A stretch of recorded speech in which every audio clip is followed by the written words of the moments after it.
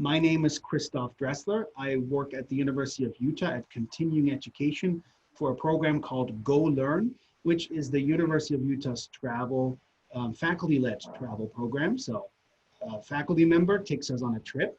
In this case, today we are visiting Japan with the help of Mira Locher, again, a professor at architecture at the University of Utah. And right now she sits in downtown Salt Lake City, but the virtual background seems to be a Japanese garden, and apparently it's in Japan. I mean, No, it's in China. China. China, you told me that and I messed up again. Yeah, welcome everyone to, and I will not mispronounce this gentleman's name again, so I'll leave that to you, Mira, to introduce us to the topic of today. If you are new to this, we have a chat or a Q&A function in the webinar, so you can send us your questions. At the end, in about an hour, we will get to those questions and we'll have an informal talk and hopefully touch on some of the topics that we learned today. Again, the faculty-led travel program is not going currently anywhere, but we want to bring the road to you in a virtual way. And thank you for your time, Mimi, I'm allowed to say. Thank you for your time today to take us a little bit on a journey to escape our Thursday noon stay-at-home quarantine type of situation and taking us to Japan today. So everyone, I'm leaving the room for now for the next hour or so. And Mimi, thank you very much for your time today. Yeah, it's my pleasure to be here, and thanks everyone for attending. I see we're up to 128, which is fantastic. And as you can see in my background, I'm pretending to be in a Japanese garden. This is a garden designed by the Buddhist priest Shunmyo Masuno, who I'll talk about today. It is in China. He designs gardens around the world. So I thought I would start off by showing you that. I'm going to share my screen now, assuming that all goes to plan. We will share and you'll see a little bit more. So today I'll introduce you to Shunmyo Masuno, a Zen Buddhist priest based in Japan, and I will talk a bit about his Zen gardens. And here we go, assuming that I can make this move forward there. So here's just a brief outline of what I'll go through today. I'll introduce you to Masuno himself, his role as a Zen Buddhist priest, and also his role as a garden designer. We'll talk a little bit about the history of gardens in Japan, just to situate his work within that. He is a Zen Buddhist priest, so his work is specifically on Zen gardens. So we'll talk a little bit about the characteristics of Zen gardens and also Zen aesthetics. And then we will look at the 3 different types of gardens in which Masuno designs. And we'll end by looking a little bit more in detail at one particular garden that he designed for the Samukawa Shrine. So that's the agenda for the day. Well, not for the whole day, just for the next hour. So I want to start off by introducing you to a Japanese saying, Nisoku no waraji o haku, which translates to wearing 2 pairs of straw sandals. It's a little bit like our English saying of wearing many hats. It basically means when someone has multiple roles. They wear different straw sandals, but yet the sandals are still straw sandals. So different roles, but yet a connection. And that's the case for Shunmyo Masuno. So here he is. This is at his home temple in Yokohama, Kenkoji Temple. He's the 18th generation Zen Buddhist priest at Kenkoji Temple. So his father was the 17th one, and he followed in his father's footsteps, which is very typical in Japan. And so he grew up knowing that this was in his future as the oldest son. And as he was growing up in Kenkoji, at one point his family had a landscape garden designer come in and do some work on the grounds of the temple. And Masuno was young at the time, not quite in junior high school, maybe just beginning junior high school. And he was very interested, and he watched this landscape designer whose name was Saito, Katsuo Saito, watched him very closely and followed him around and asked him questions. And so that was when he really began to be interested in designing gardens. And Masuno, again, he's a Zen Buddhist priest, and this is very important in context of his gardens. Masuno talks about how Zen, as most of you probably know, is really about the unconscious mind, but it's also important to think about how the conscious mind enters into this unconscious world. And so Masuno says that consciousness is something that has to be cultivated. And for him, the act of designing gardens, the act of constructing gardens, the act of being within a garden ties in very closely to that idea of cultivating consciousness. Here you see Masuno, the garden designer. This is actually a garden in Ottawa, Canada, at the Museum of Civilization. And Masuno, there's a wonderful story about this garden. He was invited to design it. He flew to Ottawa from Japan, got off the plane, was wearing his priest's robes. So in the earlier photograph, he was dressed in the priest's robes. They picked him up, brought him directly to the museum to see the site. And he looked around and made some notes. And they said, okay, we'll take you to the hotel now. And this was February in Ottawa, which is cold and often snowy. And Masuno said, no, I think I'll stay here tonight. And they said, you can't stay here. You're outside. There's no place to stay. And he said, no, I'll stay here tonight. And they, of course, said, they're thinking terrible international incidents about to happen. We can't have this. But Masuno convinced them, no, he needed to stay to really understand the spaces of the garden, to meditate in the spaces. And so they left him. And when they returned the next morning, Masuno was not a frozen statue in an empty garden, but he was very excited, and he had sketched out the design of the entire garden. And this garden's on multiple levels in multiple spaces. And he had sketched out the size and shape of all the major rocks in the garden, and he had estimated their weight.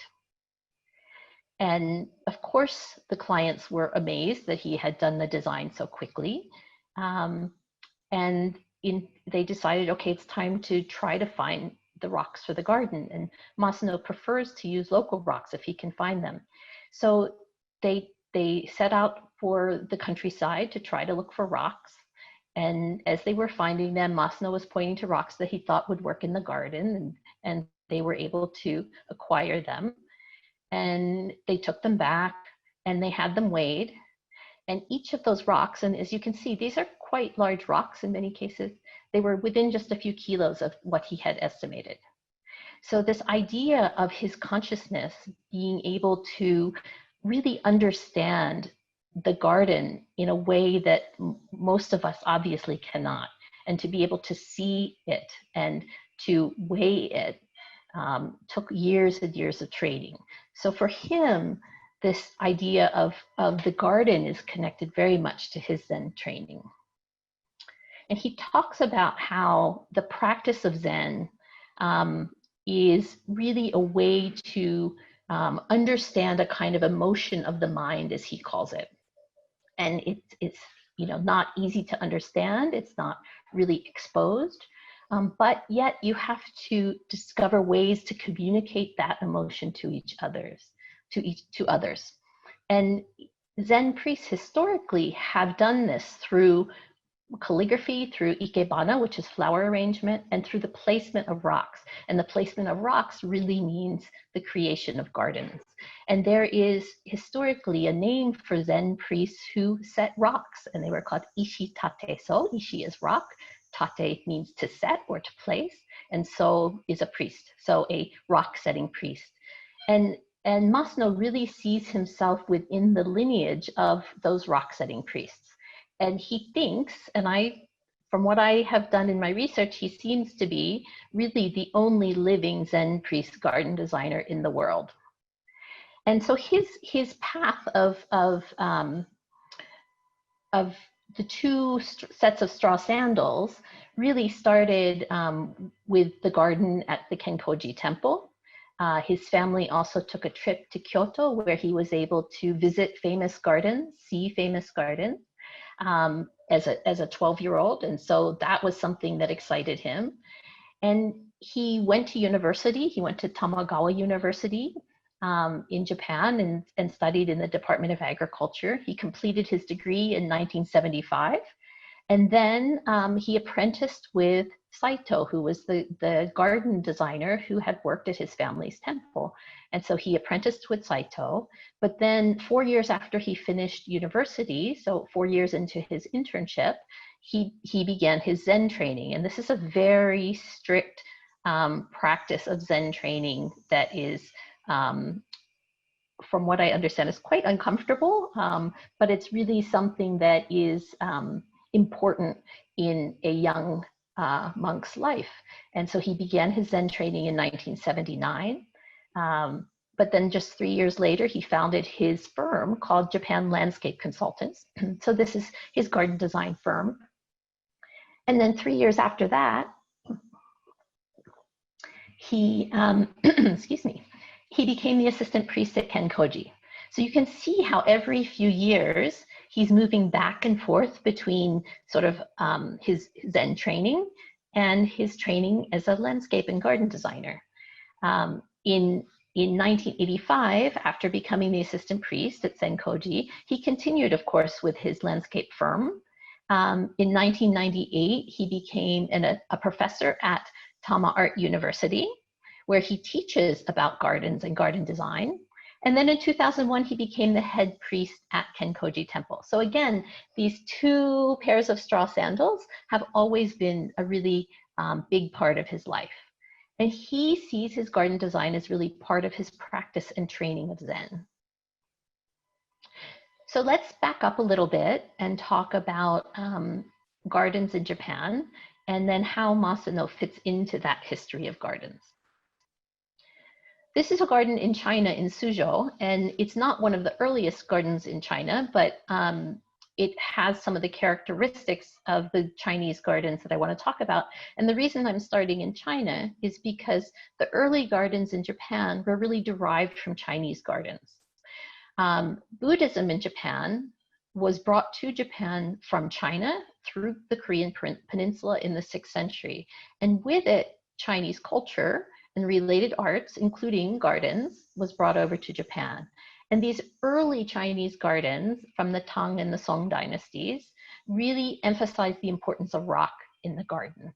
And while this is a garden that was originally designed in the 14th century, so a bit later, it also has a lot of rocks. And I'll show you a contemporary image of the Lion Grove Garden here in Suzhou. And you can see these rocks, and the rocks are very craggy. They represent, in some cases, tall mountains. They represent coastal areas, and that kind of roughness of the rock was really prized in the Japanese gardens.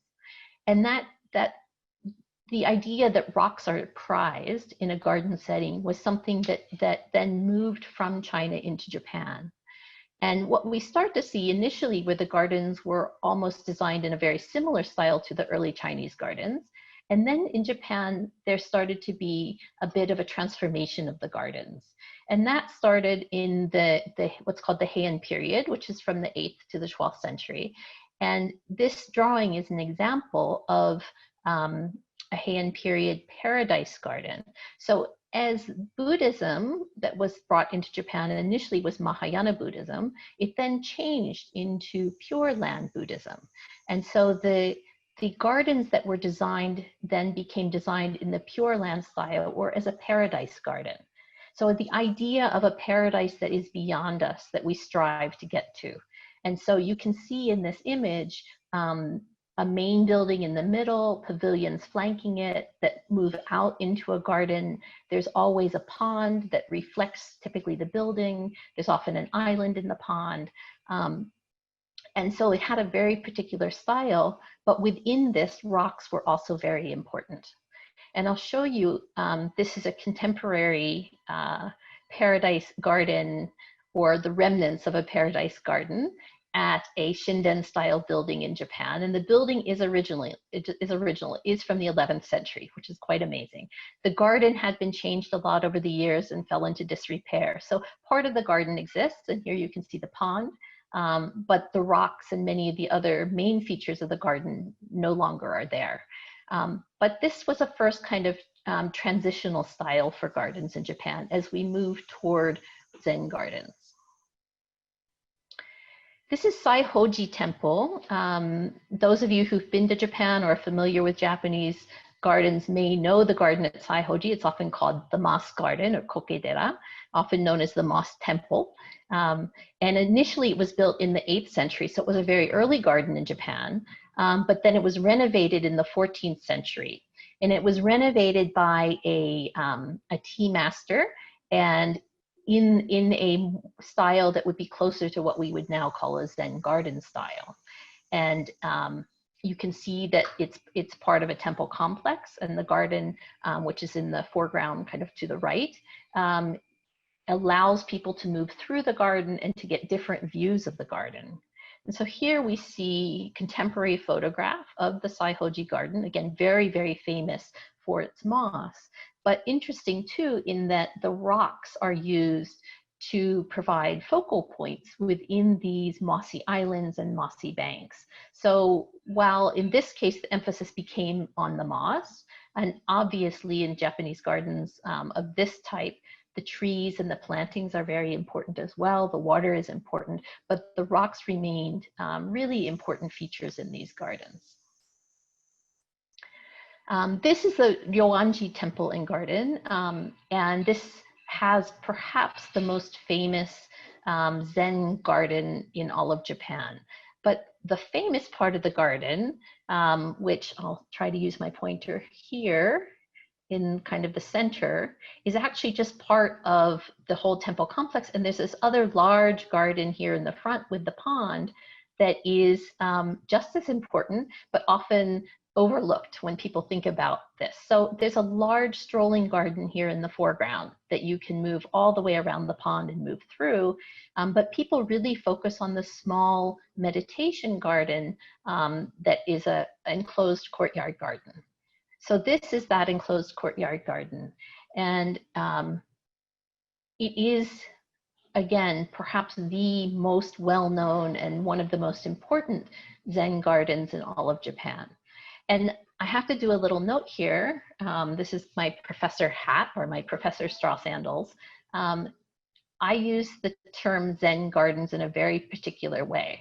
For me, a Zen garden is one that is associated with a Zen temple or was designed by someone who is very well versed in Zen Buddhism. And typically it has an aspect of meditation about it. So these days we see a lot of get a Zen touch for your garden or a Zen style. But when I say Zen garden, when I use that term, I'm using it in a very particular way. So this is a Zen garden. It's at a Zen temple, and it was designed for meditation. So the idea is to sit on the veranda of the temple building, which is sort of behind us to the right, and to meditate on this garden. You're not meant to move through the garden. You can't walk on that beautifully raked pea gravel, but you're meant to observe it, to meditate on it, and through that act of meditation, to become more conscious of the garden itself. This garden is quite amazing for a number of reasons. The one reason that I think it's incredibly amazing is that there are 15 rocks, and it's designed in what's called the dry style, kare sansui, dry mountain style, dry mountain river style, which means that there are very few plantings in it and there's no real water. So the pea gravel is meant to represent water. The rocks and the moss are representing islands, perhaps mountains within the water. But the 15 rocks that you see here, from any seated position on the veranda or inside the temple building looking out, you can never see more than 14. And in some places you can only see 13. So the designer of this garden very carefully considered the placement of each stone so that you could never see the entire garden at once. And I think this is very intentional and really talks about the idea of Zen. So in Zen, it's not about everything that you see or that you can see everything. It's really about how you can, through careful thought and practice and training, learn to see with your mind more than what you can see with your eyes. So if you sit and meditate on this garden for a long time, for most of us from the West in particular, over time you'll begin to get a sense of just how big are those rocks? What are the relationship between the visible rocks and the invisible rocks? That completeness of the garden that we can't see happens in your mind. So you complete the garden in your mind. So this is one of the gardens that Masuno visited when he was a boy that really highly influenced him. Another garden that he visited is this one at the Daisen-in Temple, which is part of a larger temple complex called Daitokuji in Kyoto. And Kyoto is one of the historical capitals of Japan, and was a capital during the time when Zen Buddhism really became popular. And so you'll see that a lot of gardens, when you look at traditional Japanese gardens, many of the gardens are in Kyoto. And you could spend a year in Kyoto and go to a garden every day and not see all the beautiful gardens in Kyoto. So this is the Daisen-in garden. And to make this image a little bit more clear, here, these are where the buildings are. And I have not covered the verandas of the buildings because they're sort of part of the outdoor space. And then these are the main garden areas in green that are at least the ones that are more open to the public these days. And then this is the path that you can see. So there's a very particular path as you move through the garden. And in this case, you're moving through an outer garden. These days you move into a building where you pay your entrance fee, you take off your shoes, you leave your camera, and then you move out into the garden. And the first garden that you move into, which again here with my cursor you can see, is this garden. And this is a very quiet garden, much like the garden that I just showed you at Ryoanji. And you can sit on the veranda and you can meditate. And then when you're ready, you continue along the path, this small side garden, and then another small garden, and then you come around here to this garden, which is a really active garden. There's a lot of motion in it, and I'll show you these images of the more quiet garden and the more active garden. So obviously the quiet garden on the left, which is raked pea gravel with 2 mounds, with some hedges that are layered to give the sense of expansive space, with 1 tree in the corner, just very, very simple meditation garden. And then as you move around the building at the opposite corner, you come across this garden that is filled with motion. The rocks here really represent tall, craggy mountains. They represent rough coastline. The water flows from in the back. And again, with my cursor, if you can see, the water starts to flow back here and it comes over rocks and it comes over rocks and it comes under this bridge and it moves around the building. And so there's this idea of activity and motion and things that are constantly changing. And this is as much a Zen garden as is the quiet Zen garden on the other side. So I wanted to make sure that I emphasize that a Zen garden is not just one thing. It's not just a quiet, raked gravel meditation garden, but it can be something also that is very active. In Zen, it's, even though we think of Zen often kind of as you know, you're meditating, you're quiet, it's about inner peace, but also Zen does not forget that life is also full of activity, and that understanding that kind of activity, that tumult, is as important as understanding the quietness of and the need for that inner solitude. So that just gives you some examples of what came before Masuno's gardens. And let's talk a little bit about Zen in general and Masuno's gardens in particular. Here is the garden at the museum in Ottawa where he spent the night. And this is a quote from Masuno that I really love, that the garden is a special spiritual place where the mind dwells. And I think that this is really important to think about, because it's for Masuno, this mental and physical training from his Zen practice is an act of self-cultivation. And it's part of a quest for a kind of higher understanding of himself. And so for him, his inner feelings, his deep emotions, whether they're positive or whether they're negative, so whether they're kind of quiet or whether they're more tumultuous, are always expressed in his work. And so he considers both the viewing of gardens and the creating of gardens as really the most critical parts of his practice as a Zen priest. So there's a saying in Zen Buddhism that when a venomous snake drinks water, it becomes poison. But when a cow drinks water, it becomes milk. The meaning here is about the state of your mind as you perform an act. So if your mind is calm and you drink the water, then you produce milk. But if your mind is angry and you drink water, you produce poison. And so the Zen saying really talks about how you must be in control of and calm your mind before you take any action. And for Masuno, this is a really important part of his act of designing gardens and of building the gardens. And so again, this is at the same museum in Ottawa. He spent the night there so he could be there with a calm mind, so that when he was drinking the water of the garden design, he really was then producing milk and not poison. And Masuno talks about Zen Buddhism as something that has no form, and rather it's something that teaches you how to live, right? So it's a philosophy, it's about ideas, it's about practice, but it is not a tangible thing. And so then you might say, well, if Zen is not tangible, if it has no form, how can a garden be a Zen garden? And so this was always an important question for me as I was wrestling with this idea of what is a Zen garden. And so I started to look at some ways in which people might think about the aesthetics of Zen.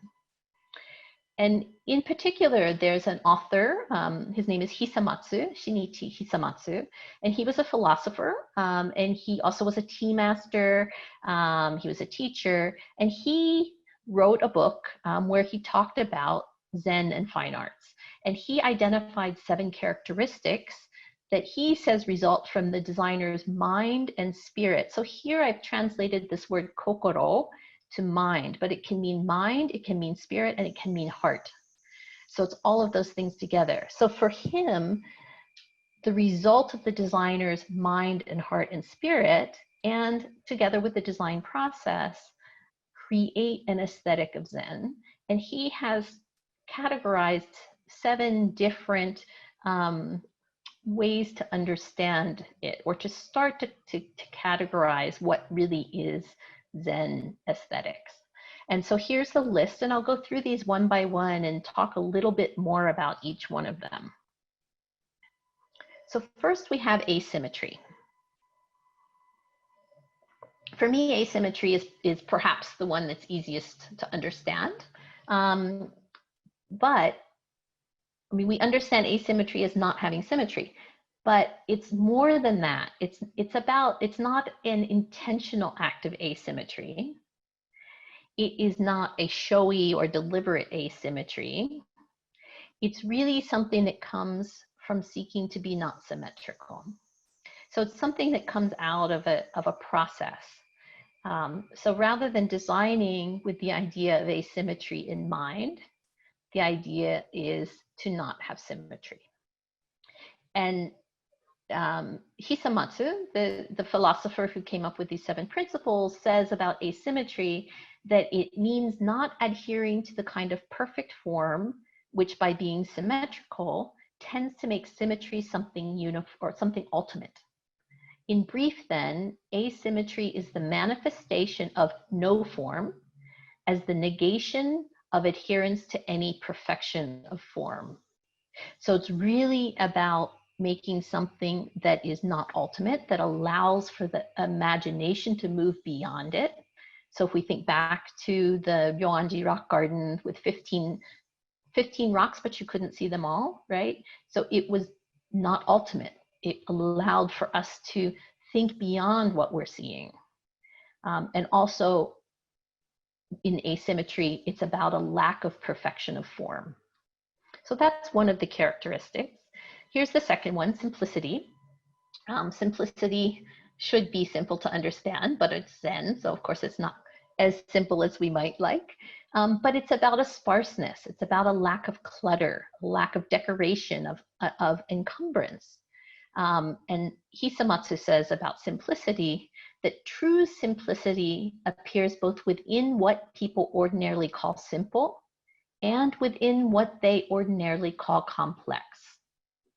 True simplicity comes into being by and through the expression of complexity of the self that negates complexity. In other words, of the self that is absolutely nothing. So it's this idea of within yourself being able to find that nothingness that negates your complexity, right? So again, this is this idea of simplicity. So it's not about trying to be sparse for the sake of being sparse, but it's about understanding simplicity that can occur even within complexity. And what I'm showing here is a garden, it's actually at a crematorium. And so Masuno in the design of this garden wanted people's feelings, which at the time when they're there after a loved one has passed away and is about to be cremated, and they come and they are greeted with this garden, and it's green and lush in the foreground, and it becomes less green and more sparse as it moves to the background, and there's a taller rock and a single tree that moves the eye upward. And the idea here is of releasing the complexity of feelings into a sense of kind of sparseness or a simplicity of feeling, of letting go. Now we start to get to the more difficult examples of Zen aesthetics. But here we have sublime austerity. And this is about a kind of pared down dryness that's suggestive of age. So it's about something that is talking about wisdom, talking about shedding the irrelevant encumbrance of youth and really honing to what matters. Hisamatsu says it's being without sensuousness. So this idea of a kind of sense of aged wisdom within the garden. There's also the characteristic of naturalness, and this is different from nature. This is the simplicity that comes from deep understanding. So and Hisamatsu says here, it's being as we originally are. So it being true to ourselves. And in the case of a garden, it's being true to the materials in the garden. So a rock is there as a rock. It may represent a mountain, it may represent a coastline, but it's there as a rock. A tree is there as a tree. A bush is there as a bush. A bridge is there as a bridge. So they are there as themselves, as their original selves, but it also includes a kind of greater understanding of what that is. So this idea of naturalness also, it's similar to what in the West we might talk about truth in materials, right? So we Liu Kan said, ask a brick what it wants to be, right? So really understanding the material and how to use it, what it can be. So it's similar to that, but in Zen aesthetics in particular, it moves a little bit beyond that as well. There's an anecdote about a Zen painter who painted bamboo, was asked by a client who was angry how long it had taken him to paint the bamboo, because the work only had a handful of brush strokes. And the painter replied, 50 years and 5 minutes. 50 years studying the bamboo and 5 minutes to paint it. So from naturalness, we'll move into, again, another quite complicated one, yugen, which is sometimes translated as subtle profundity, sometimes translated as deep reserve, but it's really about a subtle spiritual depth. So works, whether it's a painting, whether it's a flower arrangement, whether it's a garden, to express this sense of yugen are supposed to be difficult and demanding in some ways to understand, but then they offer great rewards if we look hard and with wisdom. So there's a suggestion in this of a kind of darkness, and in darkness, it's more like late evening darkness, that kind of dim sky that's peaceful, or of the shade in a deep valley in the mountains. That kind of darkness. Sometimes this is also translated as profound grace. So the idea of being able to design with this sense of spiritual depth is really important in a Zen garden. There's also this idea of freedom from attachment. And freedom from attachment means really not having any devotion to any dogma or ideology, not being connected to any habits or to a certain formula. So there shouldn't be anything that holds one back. It's really about freedom of thought. And in this case, Hisamatsu talks about a lack of attachment to Zen itself. So while you're within Zen and practicing Zen, you also need to be able to release yourself from it. And here I just chose this image of a garden at a hotel in Tokyo that Masuno designed. And it has these long curving step-like rocks within it. And then suddenly there's this rough rock that just breaks that sense of continuity. And for me, that is that moment of kind of clarity that if you've practiced Zen or read about people who practice Zen, you're sitting in meditation and the priest comes behind you with a big stick and raps you on the shoulder. And that hit on the shoulder allows your consciousness to become elevated. And in a sense, to me, and it frees you from your meditation in the way that allows you to meditate more clearly. And for me, this rock that is cutting across the steps is doing the same thing here in this image. And then tranquility. The idea that within the garden,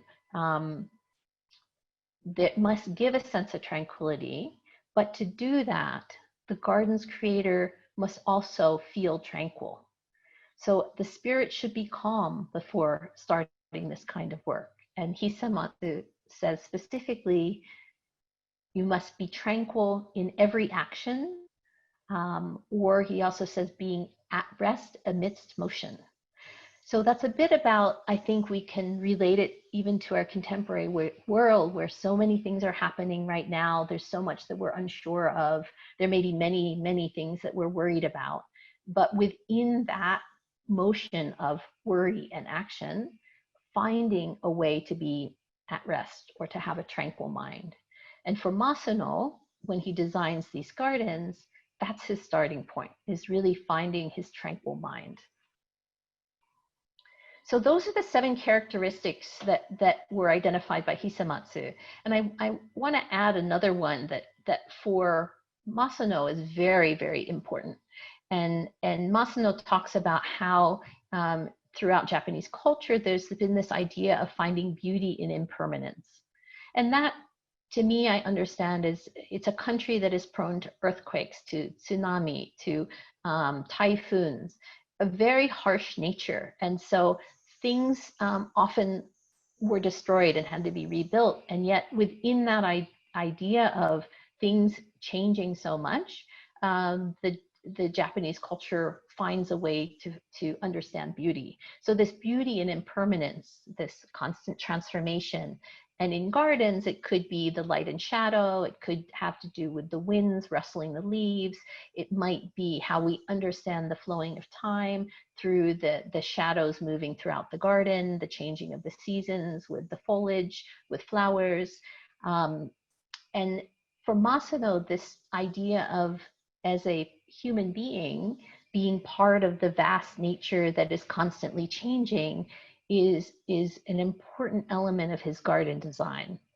So I've added one more kind of Zen aesthetic concept, and that's transience or mujo. And it's about mutability and impermanence. And I remember when I visited this garden in Yokohama that I'm showing on the slide here, I remembered Masuno's words about understanding the flow of time. And I sat on these tatami mats and looked at the garden, and sometimes the sun came out and sometimes it went behind a cloud, and sometimes a breeze came through and all the leaves would move slightly and the shadows would shift. And this idea that it was very clear that time was flowing, and it was very visible from just sitting and watching the garden for 30 minutes. And so understanding that the garden is never the same, that it's constantly changing. And so no matter how much time you spend there, no matter how many times you visit, it's constantly shifting. So that's the last concept that I'll offer to you. And keep these in mind. There's no quiz at the end, so you don't need to really remember them all. And I know that some of them are quite complicated concepts to deal with. But these are the things that are at the base of the gardens that Masuno designs. So Masuno, as in his garden designs, you know, this idea of impermanence, of transience, really gets connected into how things shift in the garden, but also how your feelings and your mindset, your consciousness can shift when you view a garden. And I love what he talks about in this quotation, which I'll just read for you. Do you notice the beauty of shadows and in the scenery reflected on the water's surface? Not noticing it or not being able to find beauty in it is, in fact, because not having opened your eyes to it, you simply can't see it. And of course, he means not physically opening your eyes to it. He really means opening your mind to it. And I purposely chose an image that didn't have water in it, even though he talks about the reflection on the water's surface. Because in these Zen gardens, things like the raked gravel here can really be used to represent water. And so you can see the scenery reflected on the water, even if it's not true water. All right, so let's talk now about 3 different types of gardens that Masuno works within, the first of which is courtyard gardens. And courtyard gardens, and this is one of my favorite courtyard gardens designed by Masuno, are bounded often, and often the views are very much controlled by these boundaries that may be walls or maybe fences. And in this case, this is a completely enclosed within a guest house. So there are walls on 4 sides of this garden, and it's very small. But large revelations often occur in very small places. So that these small places can cause you to really shift your perspective in a way that while this may physically be very small, it represents something as large as the cosmos. So this is Cho Setsuko is the name of this garden, and that translates to the garden for listening to the falling snow. And it's at a guest house in Hokkaido in the far north of Japan. And it is this small garden, again, completely enclosed within the building, very simple, just a few rocks and some raked gravel, no plants, because in the winter, this courtyard fills up with snow. And the first time that Masuno went to visit, it actually was filled with snow. And so he got the idea of it being a place to meditate and to listen so you could hear the snow falling. Just a few images. You can see how the rocks are placed to complement each other. The gravel is raked around the rocks, the sense of the water's movement, right? But just very, very simple and straightforward, but yet within that simplicity, within that asymmetry, there's that sense of a profound depth and a kind of profound grace. This is a small courtyard garden that's at the crematorium where I showed you the main garden. This is a small garden off to the side called the Garden of Compassion. And this is after the service of cremating the body has occurred and the family members are leaving the crematorium. They pass by this garden that's about 3 feet deep and about 8 feet long. It's not very big at all. But here Masuno has planted these rocks, and I'm going to really say planted these rocks. So they appear to be growing out of the ground, but they're not in their natural form. You can see some marks where they've been mined, some drill holes. If you look on the left here where my pointer is, those are left over from the drilling, from the mining process, the quarrying process. And he's also cut them so that they have some real marks of the human hand. And so this is his way of connecting the human being to nature in this garden of compassion. A second type of garden in which Masuno works are what I like to call a scroll garden. So this is a garden that opens out in front of you like a scroll painting would. And you typically sit and you observe the garden. So it's not a garden that you can move through, but it's a garden really that you sit and observe. And in thinking about this, Masuno talks about how in his garden design, he does not emphasize form. He really wants people to be able to observe intently. And that he says the act of gazing fixedly is the act of creating the opportunity to think, to wonder introspectively. And for Masuno, now in the 21st century, he really feels like we're constantly bombarded with information, that there's so much coming at us from outside that we really rarely have the time to stop and to think and to be introspective. And he sees his role as a garden designer, especially of Zen gardens, as providing a place and a moment for people to really be able to be introspective. So what we're looking at now is a garden that's actually in Berlin, in Germany. And you can sit and meditate and you see this raked gravel that is representing water. And you see that it comes from somewhere uphill, but you can't see the source, right? So here you sit, you meditate, you really think about where that water might come from and what that means for you personally. And I'll come back as another example of a scroll type garden. It's also a courtyard garden, but it's larger than many courtyard gardens, is this garden for setting off on a journey at the crematorium that I showed previously.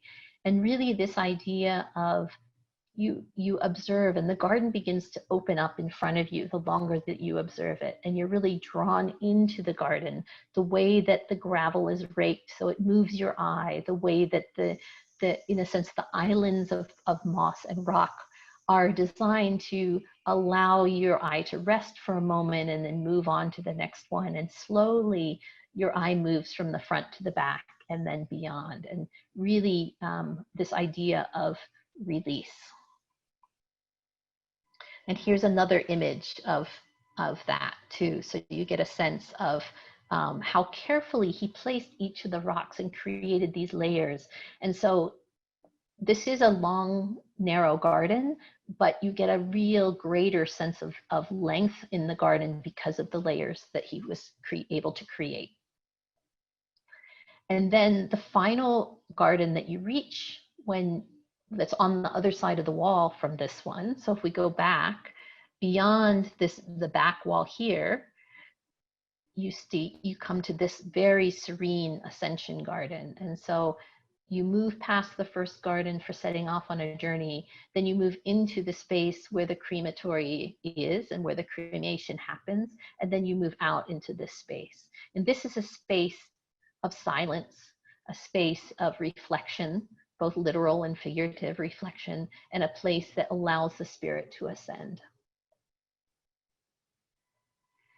Another scroll garden is this one that's at a Zen temple in Ibaraki Prefecture, and it's called the Dragon's Gate Garden. And you can see here, this is one of the gardens that's much more active and complex. And it is still contained within a relatively small space, but there's a lot going on. In the bottom right, you can see the high point of the garden back here, where the water seems to start to flow from and comes under a bridge and moves around rocks and then moves out farther into the garden. So there's the idea of the movement in the garden, but yet there's also the idea of being able to find your own inner peace as you observe the garden and its movement. There are some details of the garden. Each rock, again, is very, very carefully placed to relate to the other rocks, to relate to the more open spaces of the gravel of the garden. The rocks juxtapose the gravel. They also juxtapose the greenery. And so the rocks have many important roles in the garden. And so you can understand that historical name for Zen priest garden designers as rock setting priests. And the final type of garden that I want to introduce you to is a stroll garden. And this is a garden that you move into and move around, and the views change as you move around the garden. So this is really a way to start to think about how different scenes may have different meanings. But even so, as you're moving through, Masuno really talks about how, oops, sorry, didn't mean to do that, sorry. Masuno talks a lot about how he wants people to understand that when they're looking at the garden, they're also looking at themselves, that they and the garden are one, and that things are as they seem. So everything is there as itself. So a rock is a rock, a tree is a tree, and water is water. And this is something that even as you're moving through the garden, Masuno would want you to understand. So here is a quite expansive garden, actually, at a hotel in Ehime Prefecture. And this garden is amazing because it has these incredible waterfalls in it. And if you look at the floor plan on the right, and with my cursor, I'm showing this arc here. Underneath that arc, where the water seems to flow, there's a restaurant floor, a lower level, and the water flows down an incredible waterfall to that lower level. This waterfall that we're seeing here is actually this one here. So, and it still is a waterfall, the one in the image here is a waterfall that has a lot of sound to it. But the other waterfall is, it's more than 7 feet high. And so when you're in the restaurants, you can't help but hear it and see it and feel it. And so this particular garden is very active garden. You can see it has lots of rocks. It has lots of plantings. The water is moving rapidly. It has fish. It has beautiful ornamental carp swimming in the water. So things are constantly shifting and changing, and it's complex. But at the same time, as you're there, and you're moving through it, and you're understanding each rock as it is, it's also quite simple and quite serene. And here's some details. Masuno uses rock here in really incredible ways, as bridges over water, as bridges over implied water, again, to create these layers so we get a sense of greater space within the garden. And then the way the rocks connect, in this case, to the azaleas that are blooming and to the maple trees and the other plantings within the garden. And then the last garden that I'll show you of the stroll type is this garden, which is kansa, or the Sit Quietly garden at the Cerulean Hotel. And what's interesting is part of it is a scroll garden. So, and part of it is actually the interior of the hotel lobby too. So Masuno designed these stone walls within the lobby that you see in both of these images. And on the slide on the right, he designed this sculptural vase, if you will, and he designed the pattern in the floor, and he helped choose the pattern for the carpet so that the interior of this lobby space would reflect the garden on the exterior.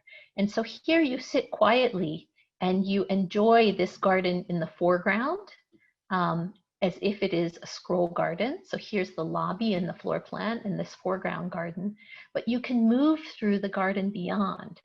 And as you're moving through the garden beyond up above, you don't see much of this foreground garden that I'm showing in these images. So these are the images, the sense of the garden that you would get when you're inside looking out, but then when you're outside and you're walking through, it's a very different type of garden. And so I think this one's quite clever. The outside, these paths are actually open to the public. And so the public, there's a neighborhood on this side and they can move through and enjoy the gardens and really enjoy the beauty of it. But yet to see the full garden, you have to go inside the hotel. So the hotel guests get the scroll garden and the residents have the stroll garden. So at the end here, I just want to show you one final garden, and it's called the Kantakeyama Shinen, and it's at the Samukawa Shrine. Now, the Samukawa Shrine is a Shinto shrine. It's not Buddhist. And this is very unusual that a Zen Buddhist priest would be asked to design a garden at a Shinto shrine. And so your question probably is, can it really be a Zen garden if it's designed at a Shinto shrine? And in this case, I would say yes, because it was a Zen priest designing it from his Zen mind. So a little bit unusual, but I'll show you this one as the final one because it's also quite an extensive garden. So just also to remind us about some of the expressions that are found in Japanese gardens, this idea of power, of calmness, tranquility, elegance, and that really it's the way that the rocks are set, the way the rocks are arranged that allows us to feel those things. And Masuno talks about having a conversation with the rock, to really observe the rock and let it speak, and the rock will tell him where it wants to be. And here, the image on the left, this is Masuno up here on the scaffolding. So this is the overall plan of the Kantakeyama Shinen, and everything in green and blue and gray rocks was designed by Masuno. And even these 3 buildings that are shown with the floor plans, he helped design. So this was a really expensive project for him. And this garden has multiple faces. On the left side here, where my cursor is, you can come through a gate and come along here to the back. And this is actually a mountain. And this is where the most sacred element of this shrine is. And when Masuno first visited the site, he felt like the mountain was not tall enough to really represent the deity that's housed there. And so he had enormous full-grown trees moved, and then he built up the mountain and he moved the trees back, and he had the deity moved and replaced in order to give it a more sacred spot, a more important spot. So you come along the back there and you can pay your respects to the deity, and then you can move out and through the garden and on multiple paths. And so the garden has many, many faces as you move through it. So on the image on the right, that's where you can pay your respects to the deity, and you really feel like it's almost you're out in the mountains when you're there. But then as you move through the garden, there are places where you can stop and purify yourself, which we see on the bottom left. There are places in here on the bottom left that are like a rocky beach. There's one spot where you move through a gate and the path takes you on access to a very sculptural element here in the water, and that actually represents the source, the spring of the water in the garden. And Masuno chose to do a very contemporary sculpture to mark that moment, whereas the rest of the garden is really in a very traditional design. And you notice his gardens sometimes are quite traditional and sometimes are quite contemporary. And in this case, he puts a contemporary element within the traditional garden. On the bottom left, you see a bridge. This is called a dobashi. It's actually an earthen bridge, so the surface you walk on is earth. And on the right, you can see a waterfall. And again, the waterfall is designed. One of the amazing things about these gardens is everything is designed, everything is constructed. And so he was able to create the topography needed to have this rushing waterfall. And this waterfall represents a Zen saying about a carp that needs to jump up through a dragon's gate to be able to, in a sense, reach enlightenment. It's the act of reaching enlightenment. And the rock that you see in the middle of the waterfall, the small one here, represents that carp trying to jump through the dragon's gate. Some other images of kind of more quiet moments within the garden. And on the right, one of the pavilions that Masuno designed, where you can stop and have a cup of tea and observe the garden. This is an image from within that pavilion looking out. So there's a really strong connection between the interior spaces of the pavilion and the exterior space of the garden. And a little close-up of this stage-like area here, so they can use that for ritual dances and things like that. And there you see that earthen bridge that we saw, and another waterfall, a quieter, kind of longer, more drawn out waterfall that Masuno designed in the garden. And then some details from the stage area that we saw from across the water. And this is a detail that Masuno often uses that I think is really quite beautiful, where you have the flat surface that you can walk on. And then it starts to get a little bit rough and rougher. And as it moves out into the more natural parts of the garden, the rocks really become garden elements as opposed to a surface paving. And here you can see that main waterfall and the construction happening. So to prove in a sense that this really was all designed and constructed by hand, here you can see Masuno working with the craftspeople to set the stones for the waterfall. And it's really a complex process that takes a lot of time, but Masuno at each step really allows the stones to speak for themselves and to tell him how they should be placed. So 2 sets of straw sandals, the Zen Buddhist priest Shunmyo Masuno on the right, the garden designer Shunmyo Masuno on the left, and finally one last idea, that Zen is a way of discovering how one should be. And so this idea about, or how one should best live, that by viewing a garden, you are viewing yourself, and you question yourself whether you're walking the correct path. And so you can search for truth within the garden, where it's calm and serene, but everything is within ourselves. The delusions, the answers, is all within ourselves. So this is something that I think we can keep in mind when we are out in nature, whether it's nature here in the mountains that we have in Utah, or whether we have the opportunity to visit a Japanese garden and really understand the truth within that garden. So thank you all for your attention. I know that there probably are some questions. I'm going to stop sharing my screen, and Christoph is going to come on. And I think we're back with you, Christoph. Yes, we are. Wow. I took a lot of notes, and how apropos for today's reality to how many awesome little lessons were in this presentation on gardens and Zen and what's his name? Masuno? Masuno. Masuno. We'll practice. We'll practice, right. Yes, we do have some questions. So for those who are still here, most of you are still here.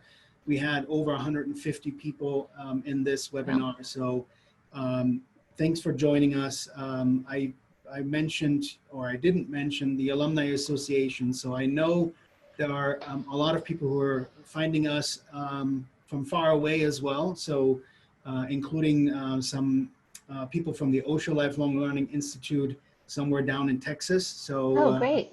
Yes. And so thanks everyone for joining, but most importantly, thank you, Mimi, for this presentation. A few things that I personally took away. I really love the metaphor with the calm versus anger. And when you drink the water, it turns either into poison or into milk. Um, I can only repeat it and let it stand there. How important this is in today's world to take that as a lesson. And then what I really liked is because I'm this kid that grew up in the woods in the Thuringian forest in Germany, and I'm really greatly missing this. I'm totally homesick, but instead of gardens, what we have those woods. And as a kid, sometimes I would just sit there for a long time, staring at a tree or at rocks or at a vista. And so I'm glad that this lesson today once again reminded me of that. You know, the act of gazing fixedly is the act of creating the opportunity to think. That is to wonder introspectively. I don't do that enough anymore. And so that's my takeaway for me personally. I think I will have to get out there, find a tree somewhere, or I wish we had a Zen garden in Salt Lake City. Do we? Yeah, I noticed there was a question in the chat about that, and we don't really have one. So the closest that we have at the it's the Japanese American Church in Old Japantown. So it's across the street from the Japanese Buddhist temple on the west side of the Salt Palace Convention Center. There's a little tiny street called Japantown Street now. It's been renamed as an ode to having almost completely demolished Japantown. But there is a Japanese church on the north side of the street that has a little bit of a garden. Now, it's like a few ornamental plantings and some rocks. It's quite beautiful, but it's very small. Also at the Peace Gardens along the Jordan River, there is a Japanese garden. I would not call it a Zen garden. And it's the last time I was there, and it's been a while, it was not in great condition. However, if someone would like a Zen garden, I know a Zen Buddhist priest who would love to build one in Utah. So Masuno actually came and gave a lecture at the College of Architecture and Planning a number of years ago.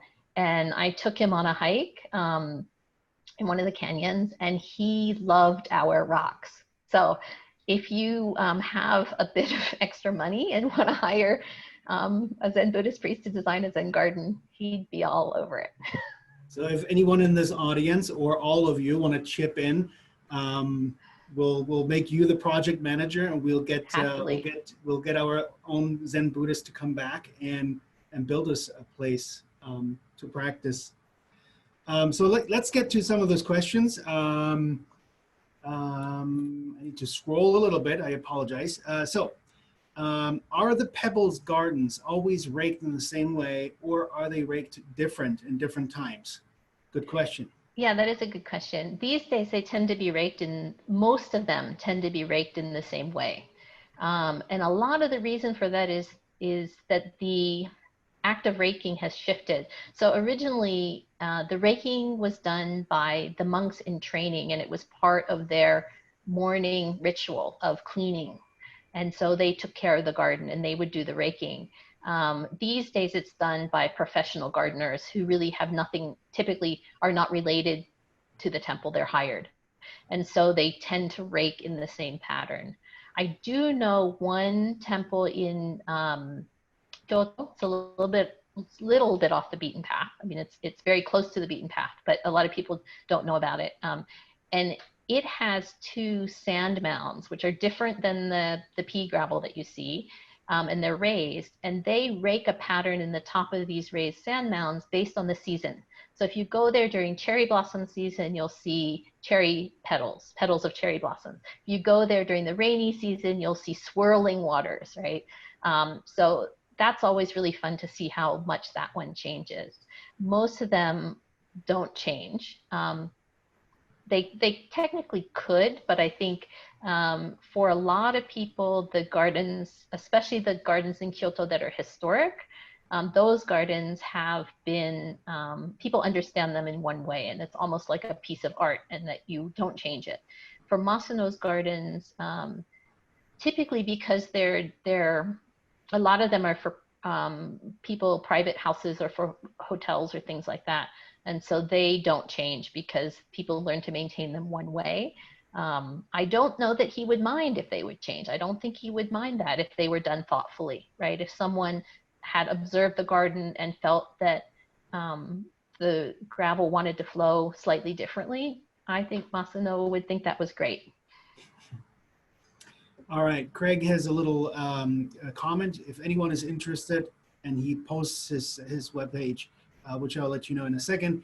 If anybody is interested in a 5-minute slideshow about the Japanese art at the Topaz internment camp near Delta in Utah, the exhibit was very short-lived, so an honor to experience it. Enjoy, and apologies for the images and production quality. It was a quick put together. If you want so, he's openly sharing that. It's at Craig, that's CRAIG, Hibbert, HIBBERT.com/topaz/. So for those who would like. Oh, that's great. And you know, he it's has interesting because yeah, sorry. I was just going to say, a lot of the people in the internment camps, a lot of the Japanese Americans who are interned, actually built gardens. And I know there's one scholar who's done some kind of archaeological studies of the rocks that they have been able to uncover in some of the intern camps that show proof of these gardens. In fact, if anybody's interested, Delta in Utah has a wonderful museum. It's small, but it's very well curated, and it's very well done on the internment era of Japanese American citizens, all from throughout the West Coast, mostly here in Utah. So if you go out there, you can learn up about this rather dark chapter in our history. Craig has a quick question as well to follow up. How do you bring the Zen garden aesthetics into the building design process? Now, that's a question for you. Yeah. If I were a good practitioner of Zen, which I do not claim to be, I think it would be following Masuno's process a bit, which really is meditating on the space, right? In this case, if it's a building, and seeing it with my mind, right? First. Now I'm not very good at that in the Zen sense, but I think one of the important elements is making a strong connection to nature. So as we saw with the pavilion elements in Masuno's, in the final garden that I showed, that Masuno helped design those buildings, they really opened to the garden. And in traditional Japanese architecture, there's a veranda that is, it's at floor level most of the time, but it's not interior. It's under a roof, but it's really part of the exterior space. And that kind of ambiguous space, indoor outdoor space of the veranda that's under an eave, makes that connection to the garden important. And for me, that even though it's seen not just in built Zen buildings, but other traditional Japanese buildings over multiple centuries, to me, that's a really important kind of element of what I would, want to include. Also, I think creating spaces that either are courtyards or act as courtyards can be a great way to take some of those ideas that come from Zen aesthetics and bring and make them part of a building, right? So again, it's a connection to outside, it's a connection to light, it's a connection to shadow throughout the day. And then inside the building, a lot can be done with materials. So really choosing materials, particularly natural materials. And there are a lot of studies happening right now about our emotional connection to materials, and how if we're in a space where we can understand nature through materials, through a view, it's actually quite calming. Studies that have been done with 12-year-olds and 15-year-olds who prefer one classroom to another because one makes them feel calm. And that has to do with materials, it has to do with views, it has to do with images of nature sometimes as well. So those things, to me, I think I would consider if I were designing a building with the idea of Zen in mind. Thank you. I'm going to switch over just to the Q&A because there are a few there too. In the fall, when leaves are falling, how frequently does the garden require maintenance? Removing leaves, raking gravel, etc. Right, great Practical question. question. Yeah, so historically they were maintained daily. That is not always the case anymore. There are some working temples where the young monks do still take care of the garden, and I've seen them out there raking the leaves, and they would do it every day, usually in the morning. Other gardens where it's done now with professionals, it happens once a week, maybe twice a week. One of the bigger issues is after a heavy rain, the raking patterns disappear or become, less precise. And so sometimes you visit a garden and it's a little, you're like, oh, it doesn't look like it does in the photos, right? So, and that's because they aren't maintained daily anymore. But historically it would have been daily. And the idea too, if you had a private garden at your house and that you would be maintaining it, that it would be part of your daily Zen practice um, to, to remove the leaves, to rake the gravel, so And should be not done with, daily, but it also doesn't, in some ways it doesn't matter if it's not done daily, yeah. right? That And as Masuno says, things are there as they are. good. Um, for those gardens attached to the buildings, do the design of the buildings influence the design of the gardens? Yeah, the influence goes back and forth, right? So thinking about how you view the garden from the building becomes very important. And buildings obviously have they have a structure, and so there are certain elements that are difficult to change, and especially the pavilion that I showed that Masuno design was based on historic architecture. So there's a kind of a specific dimension or module that he's working with, and so there's a frame, right? There are columns and there are beams, and they frame views. And so really thinking about what view is framed from the building is important. And so part of it is the garden design and what you want people to see. And then part of it is the building design and how you want them to see that within the garden.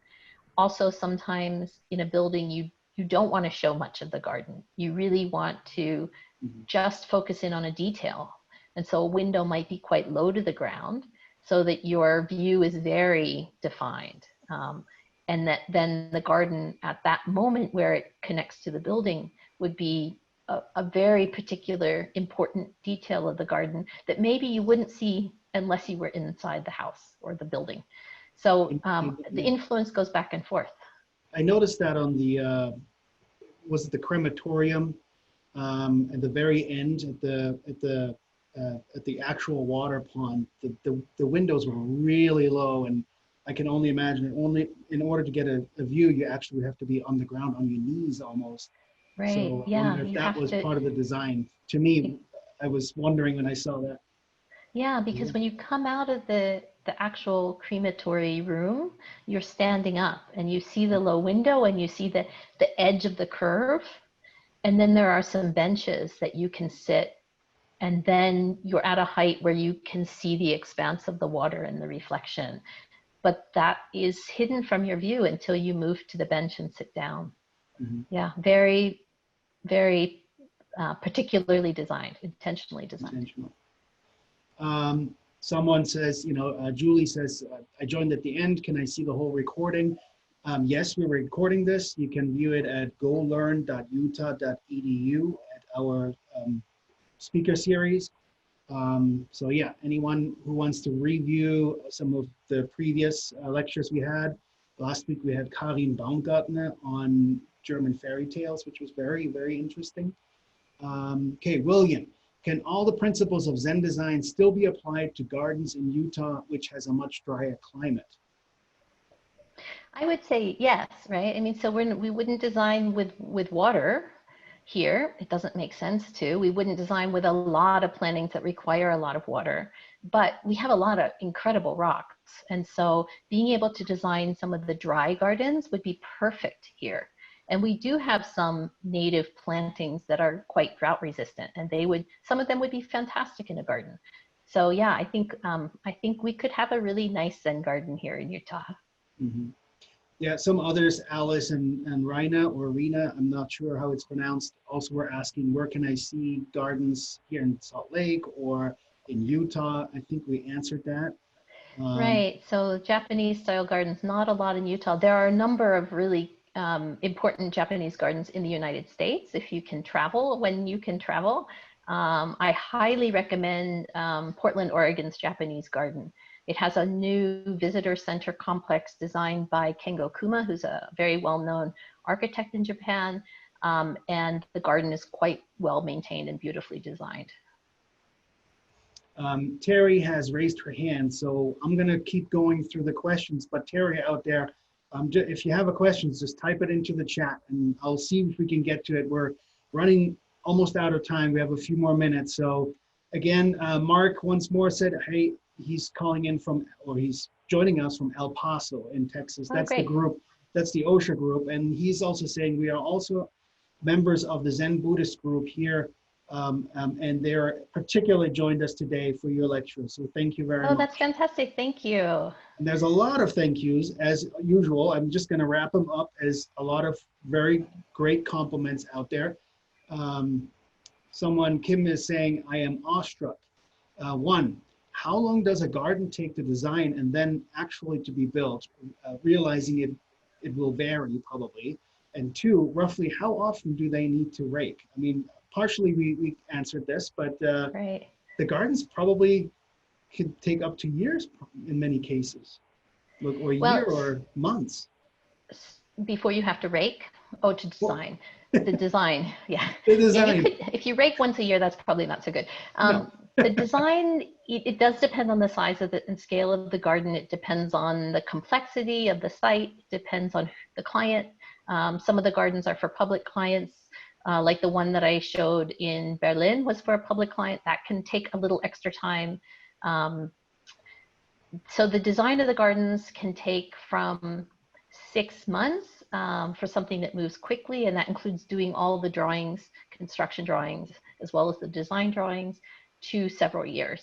And construction, I would say, again, 6 months to several years, depending on the complexity of the garden and what season that they can start. The raking should occur daily, often occurs once a week, but less than once a week is not preferable. Yeah. Christoph, can I do a shameless plug? Please. So if you want to know more about Shunmyo Masuno's gardens, see if this shows up on the screen. Your book. Not quite because it's green. Hold it in front. Yeah, there we go. Okay, so this book, okay, there are two books actually. The second one is coming out in August. It's called Zen Garden Design, and it talks about Masuno's design process. The first book is more of a monograph of his work. The second book has additional work, new projects in it. So if you're interested in his work. It's yours, correct? Yes, they're both mine. So I'm going to just write to everyone who's still here, Zen Gardens, Design, and then Zen Garden Design. Yeah. Okay, Mira Locher. Okay, and then Zen Garden.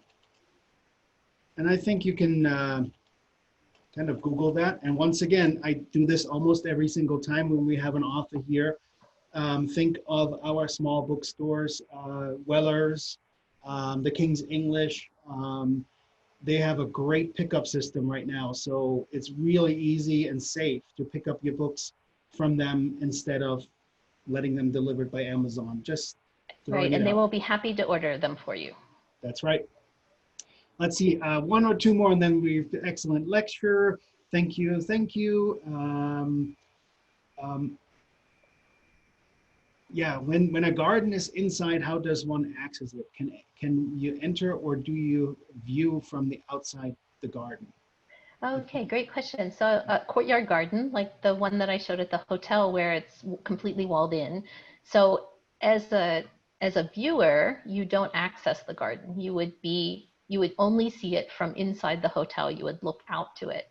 And that particular courtyard garden, in some places the windows were tall, so you could stand and look at it. And in some places the windows were low to the ground, so you had to sit and look out at the garden. Now for maintenance, there is a way to get out to it. There's a sliding glass door so that someone can get into the garden to maintain it. But for viewing purposes, it's only from within the spaces of the hotel. Yeah. Some courtyard gardens you actually can move into a little bit and rinse your hands, sort of purify yourself. And so there would be a doorway that would lead typically to a few stepping stones that would then lead to a water basin. Most courtyard gardens, you only move into them when you're maintaining them, and you're meant to sit inside and look at them. Yeah. Wow. So I think I got it all. Yeah, I think we have it all wrapped up. Just wanted to point out Margie, I think it is, called in from Chicago, a University of Utah alumna. So I'm very excited that we're reaching that far. Chicago, yeah. Texas. Yeah, fantastic. Really appreciate everybody tuning in today. Thank you so much. Yeah. Huang is saying, thank you, Mimi and Christoph, for holding this very helpful session today. I grasped the basic understanding about Zen garden and design and have confidence in the books, Saw them a few days ago, smiley face. Looking forward to read the new book coming out in August. Cheers, Huang from Norway. Wow. Hey, Huang, there's a garden in Norway that Masuno designed at the university in Bergen. It's within one of the buildings. You have to get special permission to see it, but if you get to Bergen, check it out. It's a really fantastic garden. Wow. How cool is that? I thought Chicago was awesome and El Paso and Texas, but yeah, someone from Norway. So thank you very much. This was great. This wraps this up. I thank you so much for your time. I learned so much and very apropos lessons in my view. So thank you, thank you, thank you. And maybe next year in May or in the fall, we are. Right. If not May, we'll aim for October. Yeah.